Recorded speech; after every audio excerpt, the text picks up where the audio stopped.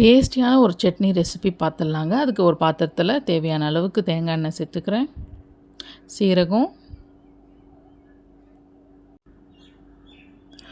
1 spoon அளவுக்கு உளுத்தம் பருப்பு, ஒரு 7 சின்ன வெங்காயம் சேர்த்துட்டு நல்லா வறுபடணுங்க. நல்லா கலர் சேஞ்ச் ஆகணும்.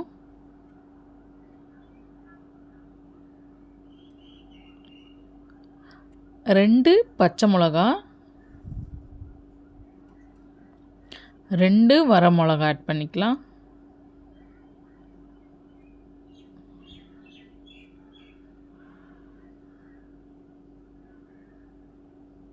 இது கைவிடாமல் கிண்டுங்க, இல்லை அடி பிடிச்சிரும். 3 பல் பூண்டு, நான் பெருசாக இருக்கிறதுனால 3 எடுத்திருக்கேன். நீங்கள் சின்னதாக இருந்தால் 4 கூட எடுத்துக்கலாம்.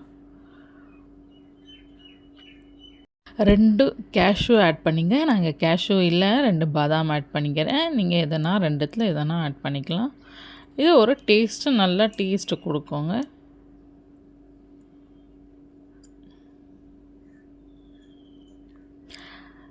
அரை கப்பு போல் உடைச்ச கடலை,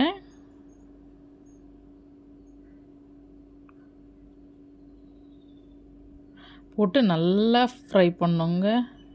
கிண்டினே இருக்கணும். நல்லா கலர் சேஞ்ச் ஆகிற வரைக்கும் கிண்டணும்.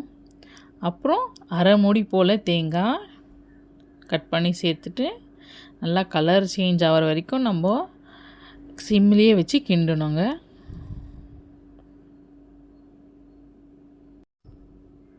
ஒரு பீஸ் அளவுக்கு புளி ஆட் பண்ணிவிட்டு அப்புறம் ஆஃப் பண்ணிவிட்டு கொஞ்சம் தேவையான அளவுக்கு உப்பு சேர்த்துக்கலாங்க. இதை நல்லா அரைச்சி எடுத்துக்கலாம். ஒரு பாத்திரத்தில் தாளிப்புக்கு எண்ணெய், தேங்காய் எண்ணெய் சேர்த்துட்டு சீரகம், கடுகு,